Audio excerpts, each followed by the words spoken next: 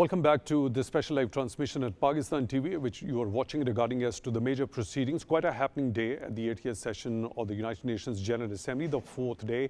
Many important speeches have already been made at that particular forum. One of the most important speeches was, of course, by Prime Minister Shehbaz Sharif, in which he has highlighted a number of very important pressing issues confronting the world, the region, and Pakistan as well. More specifically, talking about Pakistan's vulnerability to climate change, he has highlighted that in 2022, Pakistan faced massive floods of humongous proportions that caused huge damages. The floods are a glaring example of climate change-driven loss, and Pakistan contributes less than 1% of the global carbon emissions. He has also urged the international community to come forth in order to assist Pakistan in addressing this particular existential threat. We've also seen he has talked about the situation in Indian illegally occupied Jammu and Kashmir, the kind of India's posturing of the recent past in particular.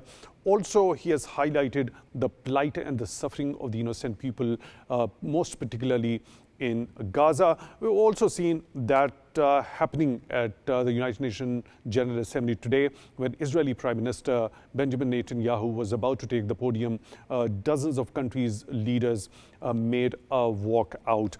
Let me quickly bring in, we are going to talk about, and also it is also very pertinent to mention over here that during the sidelines of this particular United Nations General Assembly session, there's been a lot of diplomatic engagement when it comes to Pakistan's Prime Minister and his high-level delegation, which is accompanying him during this particular high-level visit. Most notably, that particular meeting with President Donald Trump, in which Pakistan's Army Chief, Field Marshal Syed Asim Munir, was also present. A lot of issues of mutual interest in terms of the global importance as well as regional importance were discussed. And also, Prime Minister Shehbaz Sharif said that Pakistan-US relationship is going to further strengthen under the leadership of President Donald Trump. Let me bring in esteemed panel of guests who are joining for this particular live transmission in the studio as well as online. Mr. Farrukh Pitafi, he is a senior analyst joining us in the studio. Mr. Pitafi, thank you very much for your time, for being with us during this special live transmission. We really appreciate that.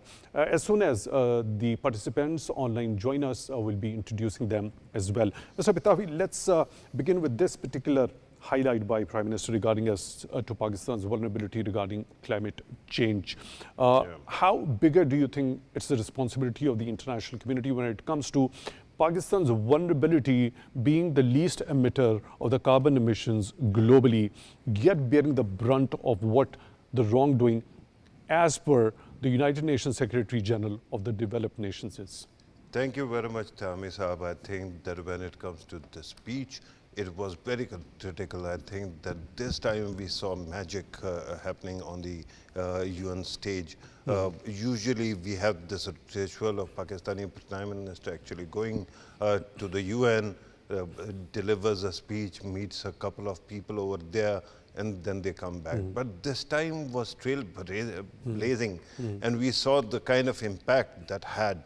Particularly if you want to actually understand the impact of the speech or the visit, all you need to do is watch an Indian channel to understand what kind of impact that had there. And they are very angry. They are very angry at their own leadership for actually avoiding to go to the UN.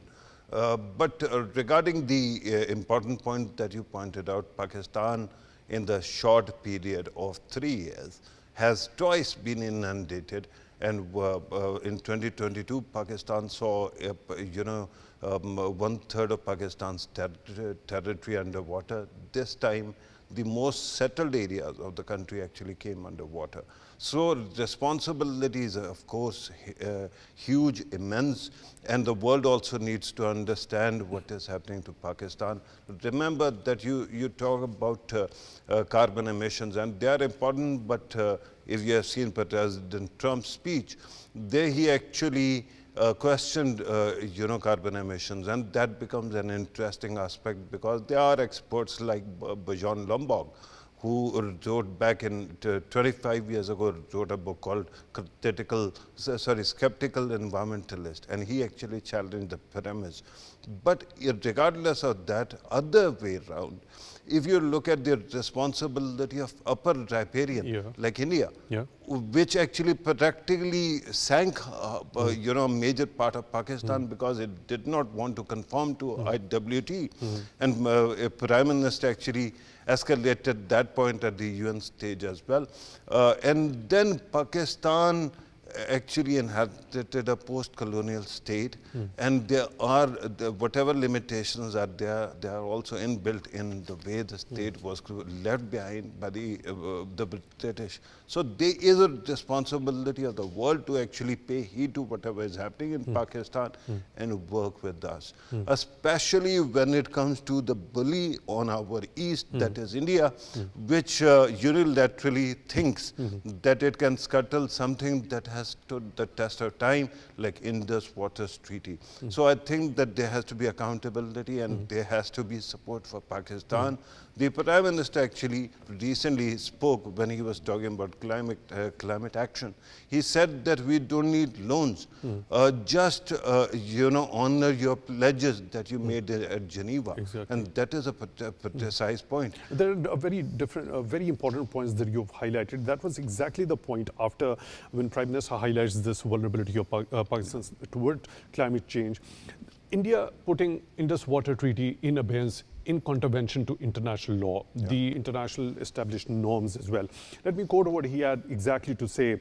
Unilateral and illegal attempt to hold the Indus Water Treaty in abeyance defies the provisions of treaty itself, as well as the norms of international law itself. Pakistan had made it abundantly clear they will definitely and ardently defend the right of our 240 million people on these waters. How concerning should it be for the international community, their conscience, as far as Pakistan's rights regarding being the low riparian? And also this time around during the monsoon season, it was manifested that just because they unilaterally had put this Indus Water Treaty in abeyance, they didn't see it befitting to convey as to when and how and to what proportions they are going to release the water. They did adopt the diplomatic channel instead. But now what could be the possible practical accountability on this particular front? Let me actually point it out that because already the World Bank's head actually has a rule. By the way, he is also an Indian, not a Pakistani. He has very clearly said that within the the document, there is no clause provision to hold it in abeyance or suspend it. What does that mean? It means it is still binding, and that would essentially mean that India has just gone delinquent. Right? It is somebody who is actually breaking the law, not actually, just trying to suspend the law. So that is number one. Number two, the way India has behaved after declaring Indus Waters Treaty has been actually abrogated or was suspended for that matter. The Interior Minister, number two in India's government, actually says that Pakistanis are going to die of thirst. This kind of anger we have seen only at three places. One, in India, that they don't care whether a civilian dies, whether a child dies, no matter who dies. The second one was in Israel, whatever it is doing in Gaza. And the third one was done by Hitler. And if you just look at the kind of lack of empathy for the common man, you'll realize that these people are actually up to war crimes and crimes against humanity. So with that kind of a state of affairs, it was important for the Prime Minister.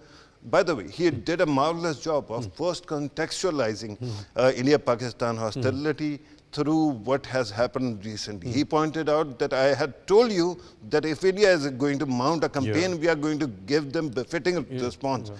And they returned and with we bloody gave them nose. a bloody nose. And then, of course, he actually pointed out that if India is going to do something of this sort regarding waters, we are going to fight for the right of our people. So that is very important. And then you pointed out something. Look, when you have a scheme or a method or a program like Indus Waters Treaty, you have mechanisms to share data. Yeah. Data is important. Under, Right? under permanent Indus Commission, right? Of course. And data is important because then you know how to actually plan ahead of this situation. What India did was just Hujjat Puri karna. They just actually communicated, oh, there's going to be some water that is going to come down. Mr. Pitavi, what they actually try to portray a picture of themselves, that they said that we were doing it out of the humanitarian gesture. Yeah, unfortunately, they have the Indian leadership is left with no humanity in their heart. If you talk about Pakistan, forget about Pakistan. The kind of lack of empathy they show to their own people. Yeah. After that, especially what is happening in Ladakh or elsewhere, who would have thought Wanchuk would be actually arrested?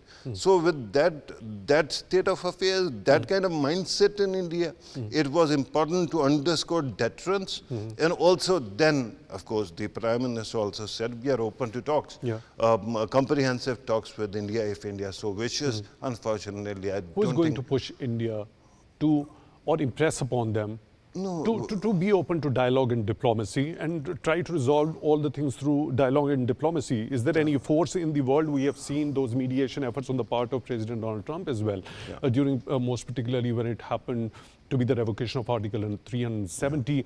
He offered his good office for mediation at that particular point in time. Do you remember what he said at that time? That Narendra Modi came to me and said, you mediate. And then he just stated that on record. And Modi's government says, no, we did not do anything. That's a very interesting scenario, and that didn't happen only at that particular point in time. This time around as well, when they were giving a crushing defeat by Pakistan during this particular escalation, most recently in May. Now, they went into the state of denial that it was not mediated by President Donald Trump, right? Why they go to the United States themselves, and then why they back away and they shy away from accepting that particular reality? Please, I've been actually trying to explain away Narendra Modi and his government's irrationality for 11 years. Please don't ask me to do more, but I can tell you one thing for sure.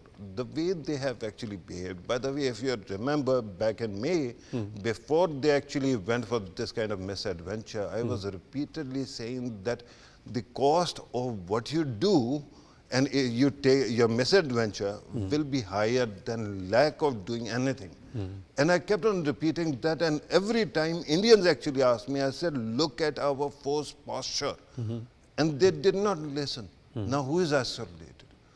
Right now, why is Narendra Modi hiding in New Delhi?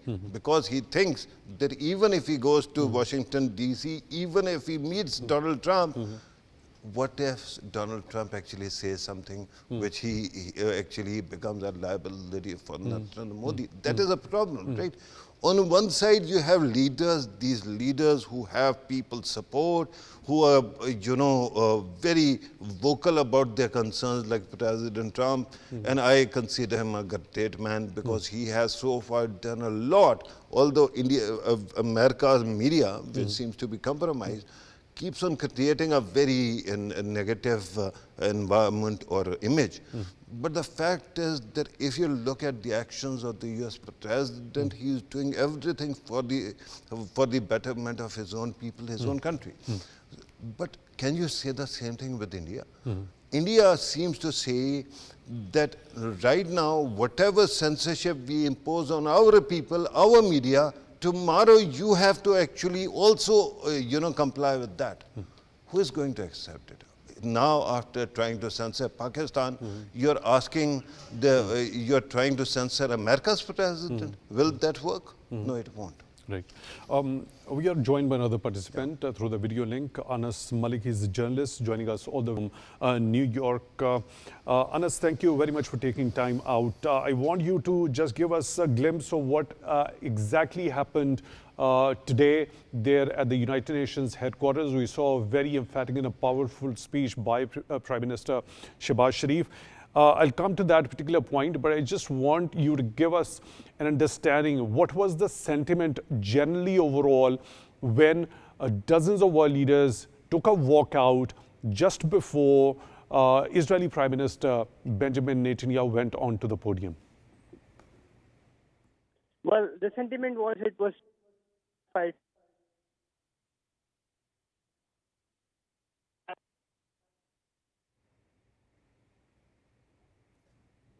I think there is a little bit of That's something, that's something I that think there's a little bit of a problem. We are having a little bit of difficulty, Anas. I really seek your partner for this particular thing. We'll try to rectify this particular problem, get connected to you back. As soon as we get connected back to Anas, we'll try to understand as to what the general sentiment, especially after that particular walkout at the United Nations headquarters was. Mr. Pitavi, coming back to Indian atrocities over the number of years, on innocent people in Indian illegally occupied Jammu and Kashmir. And especially they've increased manyfold to many proportions, especially in the wake of that unilateral illegal action of India, the revocation of the Article 370, the complete communication clampdown, the curfew, the kind of the imposition of draconian laws such as Public Safety Act, Unlawful Activities Prevention Act over there. Prime Minister has once again expressed solidarity with the Kashmiris. Yeah. And, Very clearly so. and he has said that Kashmir will gain its fundamental right to self-determination through an impartial plebiscite under the auspices of the United Nations. Yeah. When and how the United Nations would come forth to implement its resolutions regarding IIOJK.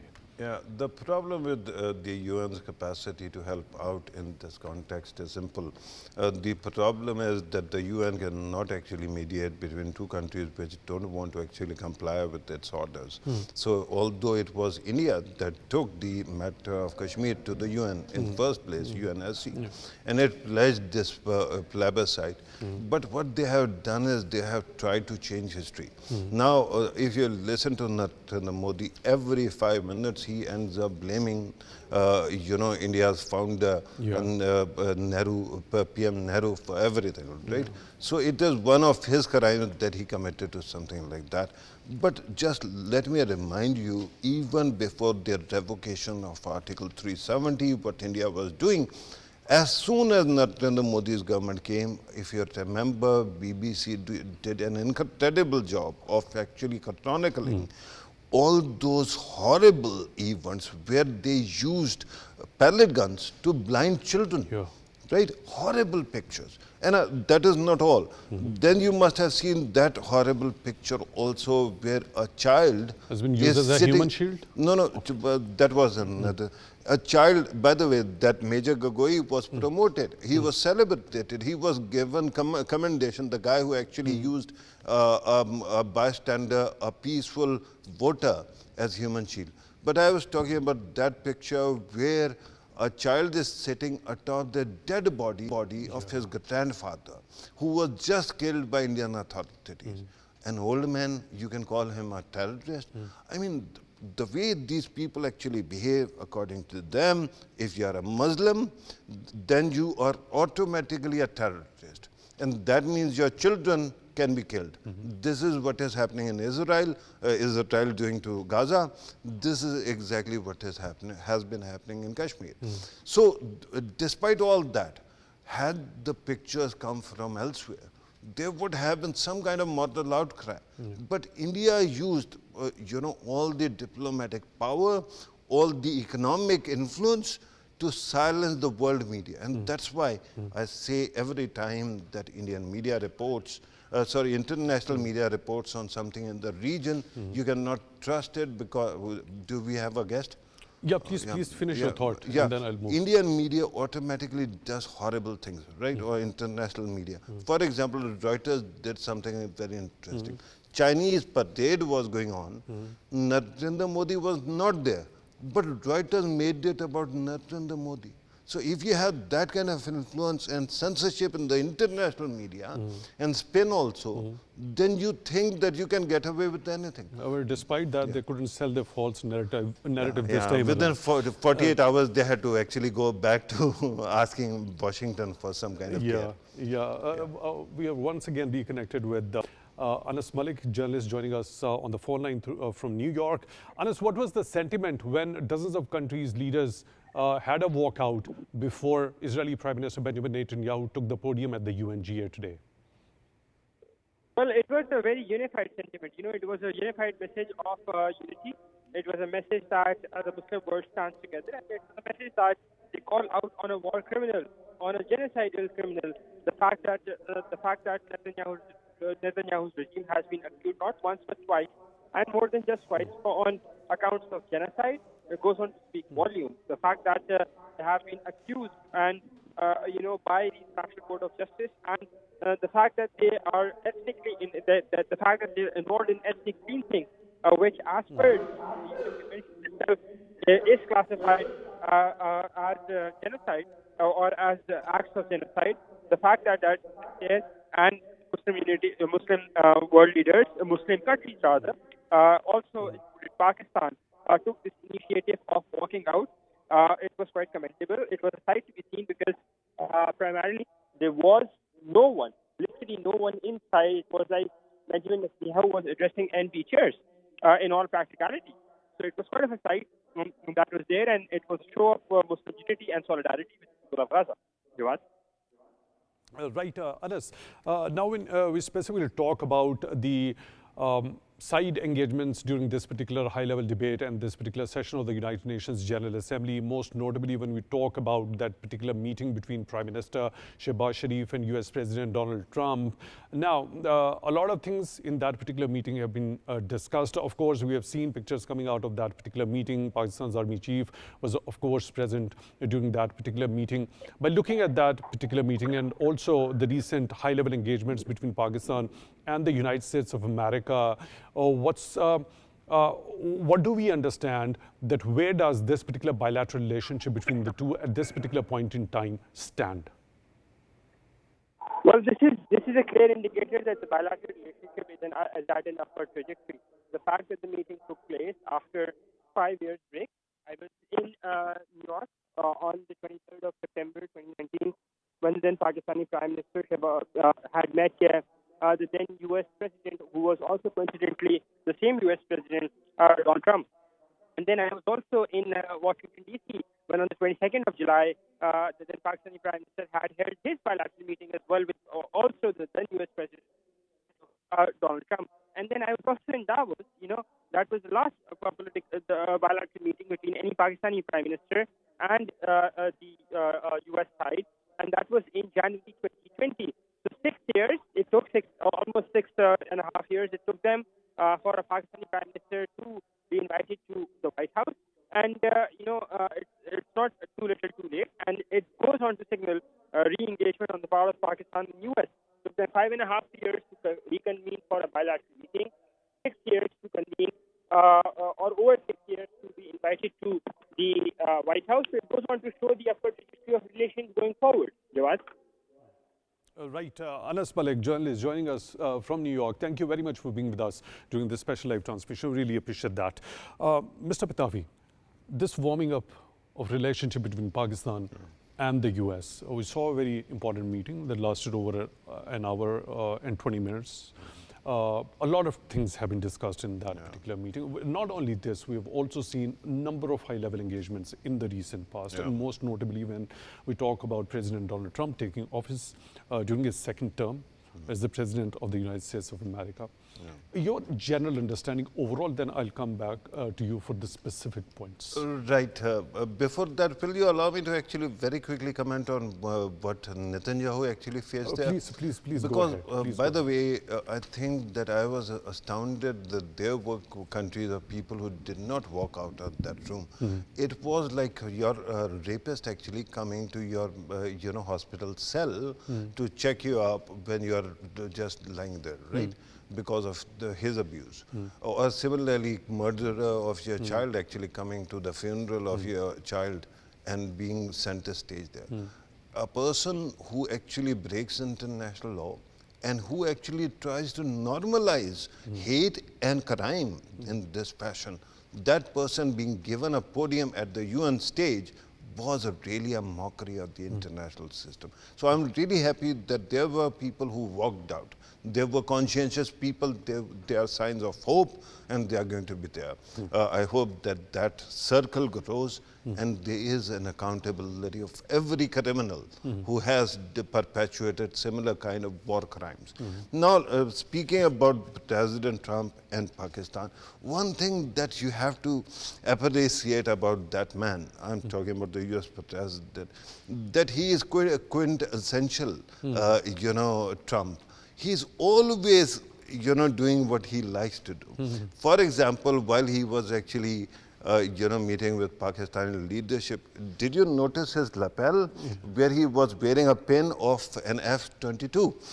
By the way, he is meeting with a country's leadership that has recently fought a battle with India, and their air power was very important. And of course, the planes that were mostly used were of Chinese make, because F-16s were not allowed to actually be used against India. And there also, he is actually plugging his own product. That look at it, this is there. So President Trump this time has actually been very kind and very straightforward in acknowledging Pakistan's help. The moment he came to power, if you remember his first speech to joint session of the of Congress, there he actually only one country was praised. That was primarily named, and he publicly endorsed Pakistan's counter-terrorism efforts. Yeah, and support as well. So Pakistan, by the way, what has happened is, it is not that there was any major change of heart in Washington, D.C. What was happening was that India had this eclipse on Pakistan because it had so much power, influence and everything. And then all of a sudden, that eclipse starts fading because India is trying to be the same bully with everybody, with the US also. So in the end, what happens is gradually their magic stops, it fails, and Pakistan emerges. And by the way, in that May episode actually played a very big role. Yeah, but Mr. Pitafi, there is an observation when we specifically talk about that very State of the Union address. It wasn't State of the Union, it was joint session. Yeah, it was way before that escalation. When the escalation between Pakistan and India happened, and in that particular, right at the outset, when he was just taking over the office and he was, preparing to, run the affairs of the United States of America, it was there and then Pakistan was mentioned in that particular address. It happened way before, when Pakistan inflicted a crushing defeat on India. So shouldn't we be actually giving a huge credit, in fact, to Pakistan's diplomatic efforts as well as counterterrorism efforts, which actually led and compelled President Trump to mention Pakistan specifically at that particular point in time? You'll appreciate that when he was going out of power last time in 2020, at that time also, his relationship with Pakistan had actually significantly improved, but it was because of Afghanistan. At that time, Pakistan played a very central role in so-called Doha, negotiations that were going on between the US and Taliban, right? At that time also, he felt, I think, that he was being chastised for actually giving Pakistan that kind of space. Remember what happened when he announced that Afghan Taliban people are going to come to the US and there's going to be a meeting. His national security advisor resigned in protest. So at that time also, I think he had this impression that Pakistan is part of the solution, not the problem. But then when he came back to power, the first thing Pakistan does is it actually apprehends the Abigate bomber or mastermind and hands him over. The moment that happens, it is going to, of course, you're right, Pakistan's military and civil diplomacy and Pakistan's role in the war on terror played a very crucial role. But again, then on one side is India, that is damsel in distress, a prima donna who actually tries to monopolize all the attention. And there's Pakistan, which carries on doing the good work despite being labeled whatsoever because of India. Right? So I think that he saw the goodness in us and he acknowledged. But then comes May. And I think that Pakistan should give one of the highest awards to Narendra Modi. Had there been no Narendra Modi, had there been no May 10th, perhaps the world wouldn't have understood how Wouldn't weak have India is. realized what actually true face of India is. Yeah, and paper tigers actually. Remember that since 2002, what is happening is since Pakistan became a part of war and terror, since then India would find an excuse to mass its army on our border and then threaten Washington that we are going to invade and then your war and terror is going to be, you know, interrupted. So give us more, give us more. This time, the Washington DC asked Pakistan, can you handle it? We said yes. Washington said, go ahead. And then India got what it wanted. And then in the end, it was exposed as paper tigers. And that's why everybody respects us now. Right, And this is the point of the opening point of the Prime Minister's speech, by the way. So, and there is a mention of disinformation as well, right? So the disinformation campaign was busted by the EU Disinfo Lab as well, right? This is a very important point. I'll come back to you regarding this. For now, we are honored to have been joined by another participant, Mr. Kokar Fishori. He's political analyst joining us through the video link. Mr. Fishori, thank you very much for your time, for being with us on the special transmission right now. We really appreciate that. How are you looking at this particular address by Prime Minister Shehbaz Sharif during the UNGA?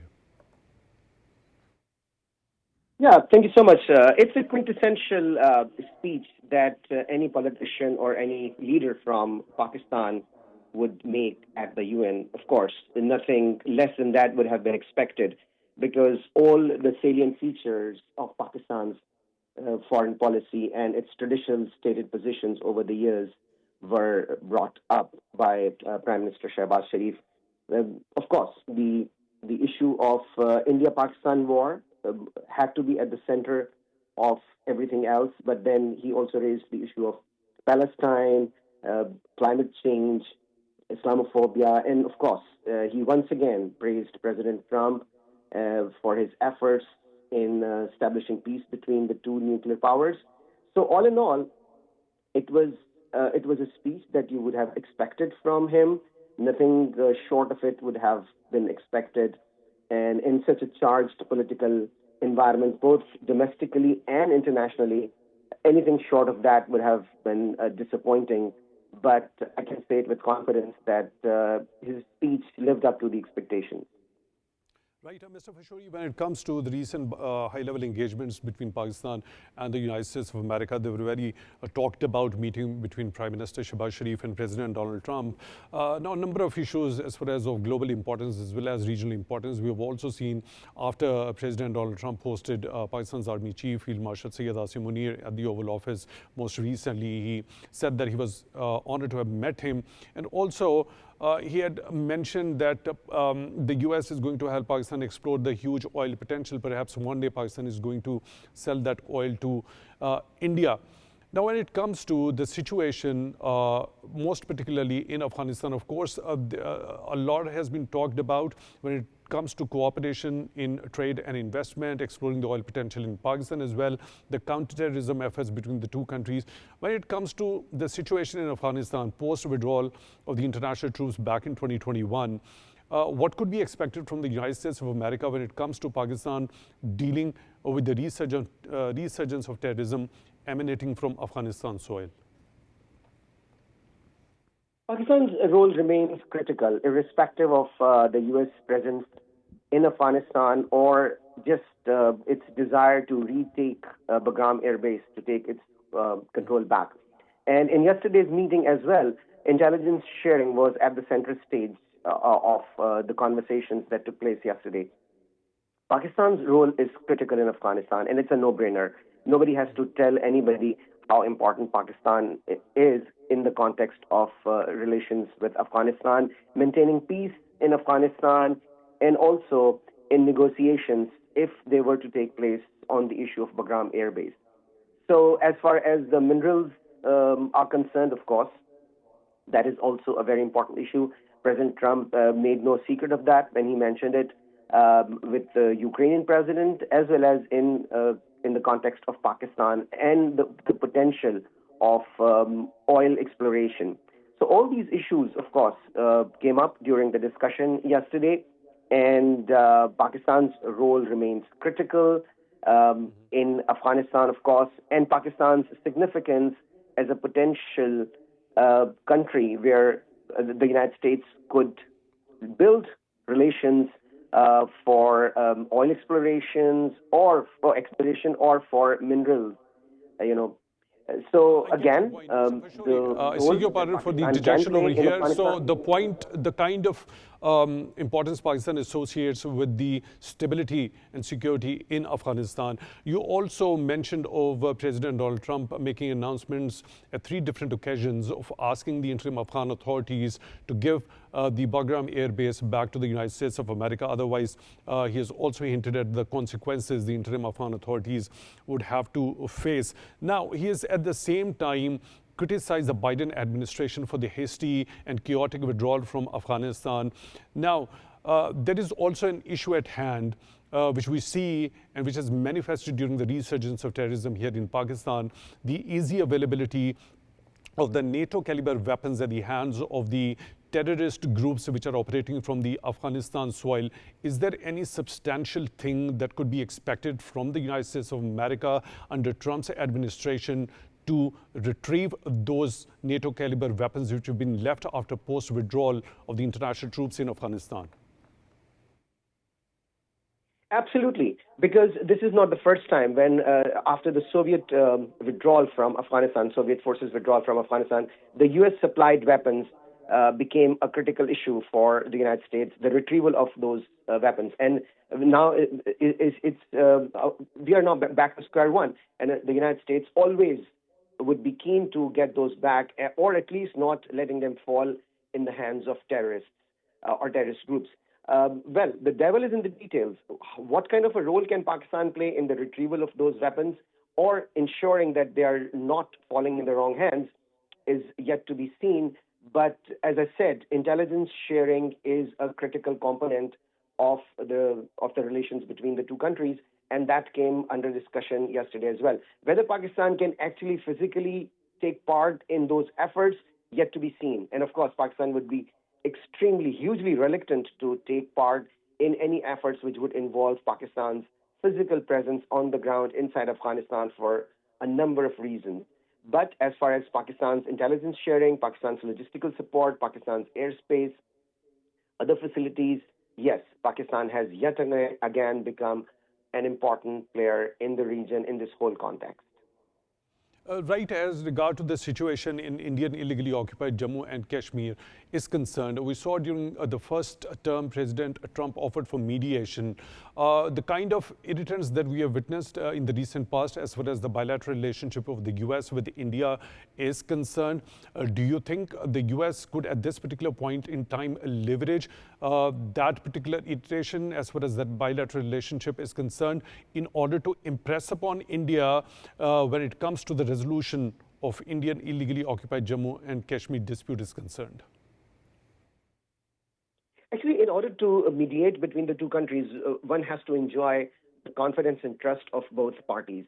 This may sound very paradoxical to our audiences, but it's true that for the first time, the United States is not seen as a reliable partner when it comes to India. If you look at Indian media, they are not happy with President Trump. So for President Trump to be able to put some kind of pressure on India to come to the negotiating table on the issue of Kashmir is highly unlikely. India's stated position has always been that it's not an issue that can be discussed between between India and Pakistan. So they never consider it a bilateral issue or an issue where they can involve a third party. So at this point, it sounds inconceivable that India would ever agree to something like that. In the recent months, the way President Trump has, I'm choosing my words very carefully, but almost thrashed India verbally for whatever reasons. And of course, the trade was the big elephant in the room for them. So for India to be willing and to agree to come to the negotiating table under the United States mediation efforts is highly unlikely. Pakistan has always said that it would welcome any peacekeeping or any efforts that would lead to peace or to the resolution of the Kashmiri dispute. So Pakistan's position is very clear, whereas India has always said that it would not involve any other country, and particularly at this point when they do not enjoy, when Delhi and Washington do not enjoy an ideal type of relationship, it's highly unlikely that something of this nature or a breakthrough in this regard could be materialized. Regarding as to what has been happening in Gaza in particular, on the sidelines of this UNGA, President Trump, Arab and Islamic leaders of 8 countries, and including the Prime Minister of Pakistan, Mr. Shehbaz Sharif as well. By looking at that particular summit, where do we understand when it comes to the situation in the Middle East, ensuring peace and stability over there, and also the situation that has unfolded in Gaza, Pakistan's role in that entire equation, and how does the US view that? As complex and as, everybody's perplexed. Middle East has never been an easy issue for anybody to handle, and more so now than ever before with whatever is happening. As far as the United States is concerned, as they say, if the wishes were horses, the United States would have liked this issue to be resolved with a flick of a finger, but of course it's not going to happen. They would like Pakistan to take, as I said, a lead role in helping resolve the issue, but there are so many other variables involved here. So it's not easy for them to just step in and say, hey, peace everywhere, and the peace takes place. It doesn't happen that way. It's extremely complex. The regional countries like Egypt, Saudi Arabia, Jordan, Turkey, and even Iran, everybody has to be on board. As far as Pakistan is concerned, Pakistan has very limited capability in terms of establishing or helping establish peace in the Middle East. Pakistan is absolutely a willing partner, no doubt about it, for a lot of reasons, especially emotional and human rights. If we take human rights into consideration, Pakistan would absolutely be interested in getting it resolved as soon as possible. Pakistan has always stated that it stands with the people of Palestine. However, when it comes to practical steps, when it comes to the day-to-day realities, there is very little that Pakistan can do on its own without the support of the international community. And of course, the United States can play the biggest role, even bigger than the United Nations. But everybody has to come together and really have this burning desire to resolve this unfortunate issue which has simmered for so long, not for years, but for decades. Mr. Koukav Fishouri, political analyst, joining us from the United States of America. Thank you for being with us during this special live transmission at Pakistan TV.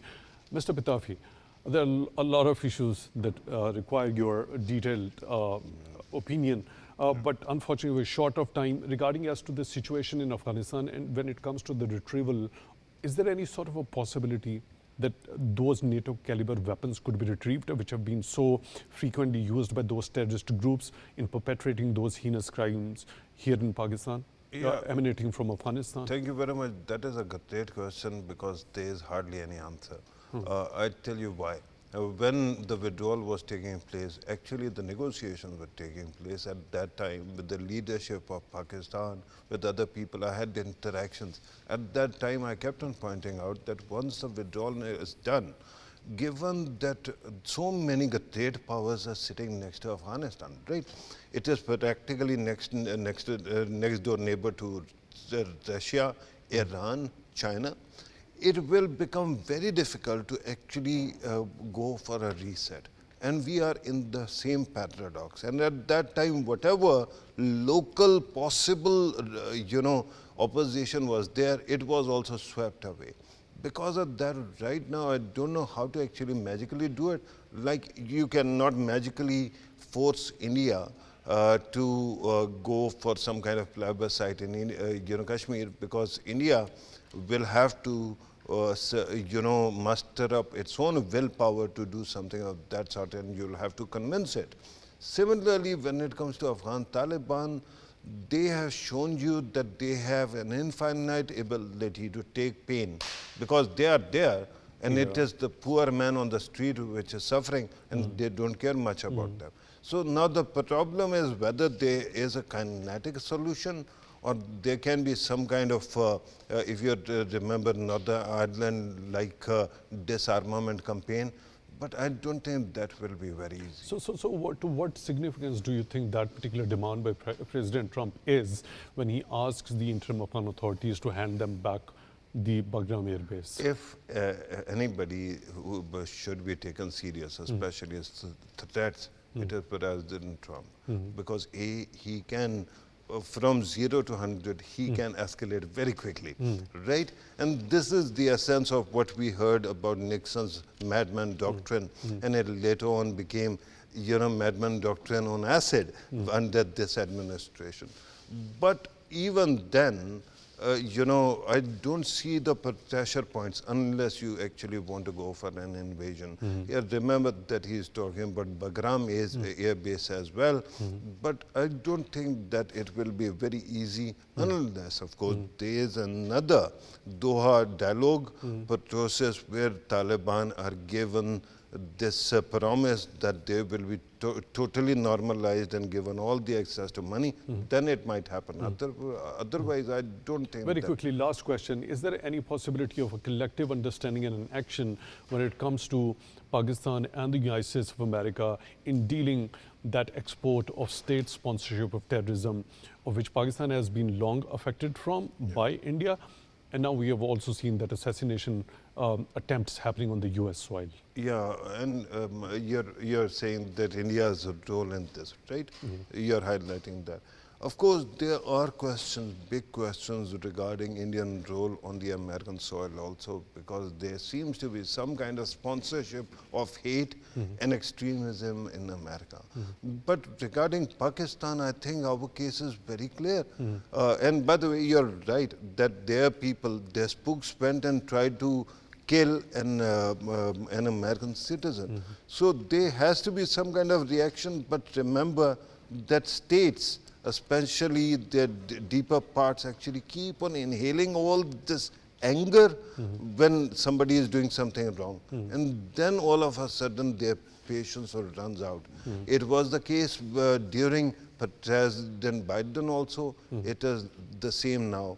American intelligence community is now wary of what India has been doing, and Pakistan has a great opportunity to point out that this method of madness continued everywhere, and that India be actually held to account. And Americans have magical powers to actually put India under pressure. So if there For can be example, there collaboration- is one case regarding Adani.